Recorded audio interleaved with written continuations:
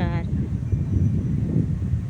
आपण जो विषय घेणार आहोत तो म्हणजे असा आहे की शेतकरी शेतकरी कुटुंबातलाच विषय आहे.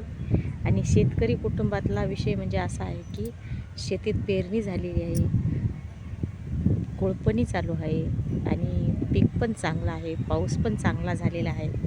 पण पेरणी झाल्यानंतर तरी शेतकऱ्याचा जीव कुठं असते माहीत आहे? मुठीत असते, मुठीत. कारण त्या शेतकऱ्याचा जीवामध्ये जीव लागत नसते. कारण काय असते माहीत आहे? की आपण तर पेरलेलं आहे, आपण शेतीत पैसा घातलेला आहे, खत पीक घातलेलं आहे. पण पेरूनसुद्धा काळी माय आपल्याला पुढं काय करते, कसं करते, पाणी पाऊस पुढं कसा असते. आता सध्याला चांगला आहे, पण पुढं पाणी पावसाचं काय आहे माहिती नाही. आणि त्यामुळं शेतकरी हा कसा असते, सतत चिंतेमध्ये असते की शेत पुढं पिकते की नाही, की शेतीत कसं होते, की काय होते, की काय नाही की. आणि शेतीमध्ये जर नाही पिकलं तर मी कर्जबाजारी, कारण त्यानं कर्ज काढून हे शेतीत बी भरण केलेलं असते. आणि मी कर्जबाजारी होईल आणि मला जे देणं पाणी झालेलं आहे ते मी कसं करू. म्हणजे शेतकरी सुखी आहे का हो? जरी शेतकरी राजा जरी असला, सगळ्याचा पोशिंदा जरी असला, तरी त्या शेतकऱ्याला खरंच टेन्शन असतं. आणि खरंच ते लाखानं पैसे घालते निंदायला, खुरपायला, बियाला, पिचकारीला. म्हणजे त्याला खरंच पैसे घालावं लागतात. शेतीमध्ये पैसे घातल्याशिवाय शेती होते का हो? नाही होत. आणि शेतीमध्ये एवढे पैसे खर्च करून पण जर शेती नाही पिकली किंवा शेवटी रास नाही भरली तर काय करणार सांगा, की त्याला किती टेन्शन असते. आणि ते टेन्शन म्हणजे त्याला खरंच असं वाटते की कसं करू, काय करू मी, काय नाही. आणि ते काय करून काय नाही याच्यामध्येच तो कष्ट तर खूप करतो, मेहनत तर खूप करतो.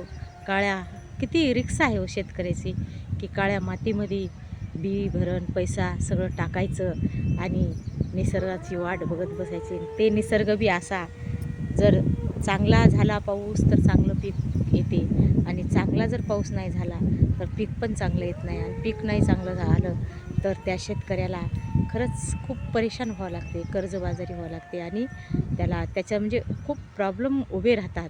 आणि तरी त्या शेतकऱ्याला म्हणजे आपण इतकुसं जर काय गोष्ट करायचं झालं तर 10 वेळेस विचार करतो. पण शेतकऱ्याला ती रिक्स घ्यावंच लागते.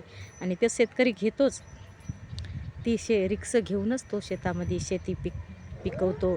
आणि ज्यावेळेस रास काढायची राहते, खळं हे करायचं असते, त्यावेळेस झोधार पाऊस पडतो, नद्या नाल्या भरून येतात. आणि उभं जे पीक आहे ते आडवं पडून त्या आडवं पडलेल्या पिकाला मोडं उठायला लागतात, मोडं उठायला लागतात. तरी पण शेतकरी असा खंबीर राजा आहे. त्याला राजा कशासाठी म्हणलेला आहे, की तो हारत नाही, डगमगत नाही. आणि त्यानं जर शेतीत नाही पेरलं तर आपण काय खाणार जनता. म्हणून तो पेरतोच, ती रिक्स घेतोच तो. काळी माई काय देईल ते देईल म्हणतो. आणि जे पिकल ते पिकल, जितकं पिकल तितकं पिकल. पण तो पेरायचं थांबत नाही. आणि पेरून मोकळा होतो शेताच्या, निसर्गाच्या, काळ्या माईच्या आणि निसर्गाच्या भरवशावर. आणि तो पेरून मोकळा झाल्यानंतर मग जे पीक येईल, जितकी रास होईल, जितकी काळी माय देईल, तेवढं तो भरून घेऊन येतो. आणि त्यासाठी तो कधीच घाबरत नाही, डगमगत नाही. आणि डगमगत नसल्यामुळं, घाबरत नसल्यामुळं त्याला राजा आपण म्हणलेला आहे. आणि तो राजाच आहे खरंच. तो शेतकरी हा राजाच आहे, मोठ्या मनाचा राजा आहे. आणि तो शेतकरी राजा असा बिनधास्त कधीच जगू शकत नाही. तो सतत टेन्शनमध्ये असतो. आणि टेन्शनमध्ये असल्यामुळं शेतकरी टेन्शनमध्ये असल्यामुळं त्याला शेतीमध्ये पिकवायचंच असते. आणि ते पिकवतच असतो तो. किती जरी टेन्शन असलं तरी तो थांबत नसतो.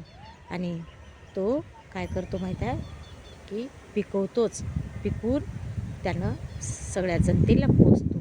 म्हणून शेतकरी दादा खरंच महान आहे. शेतकरी दादाची कदर करा. शेतीला ज्यावेळेस आपण पालेभाज्या घेतो त्यावेळेस आपण खूप किरकिर करतो, 5 रुपयाला दे, 2 रुपयाला दे, 10 रुपयाला दे. पण खरंच त्या शेतकऱ्याची खूप मेहनत असते. आणि त्या शेतीत घालून पिकवून काढून बाजारापर्यंत आणण्यामध्ये खूप कष्ट असतात. पण आपण त्या पालेभाज्याला त्या शेतकऱ्याची आपण म्हणजे हे बघत नाही की मेहनत बघत नाही. आणि आपण बाकी सगळीकडं कुठेही जा, तुम्ही भाव करता का हो? कुठल्याही ठिकाणी जा, कुठल्या मॉलमध्ये जा, कुठेही जा, कुठलीही वस्तू त्याच्यावर जे प्रिंटेड किंमत असेल ती किंमत सरळ देतो. पण शेतीमधला जर माल असेल घ्यायचा आपल्याला, शेतीतला भाजीपाला असेल, शेतीतला माल घ्यायचा असेल तर आपण इतकी खराखीर करणार, एवढ्याला दे, तेवढ्याला दे, एवढं का महाग देतोस, एवढं काय आम्हाला नाही परवडणार, असं तसं. पण तुम्ही शेतकऱ्यासोबतच असं का करता? शेतकऱ्याला असं करू नका. शेतकऱ्याची मेहनत बघा, शेतकऱ्यालाही जपा. कारण शेतकरीच हा पोशिंदा आहे.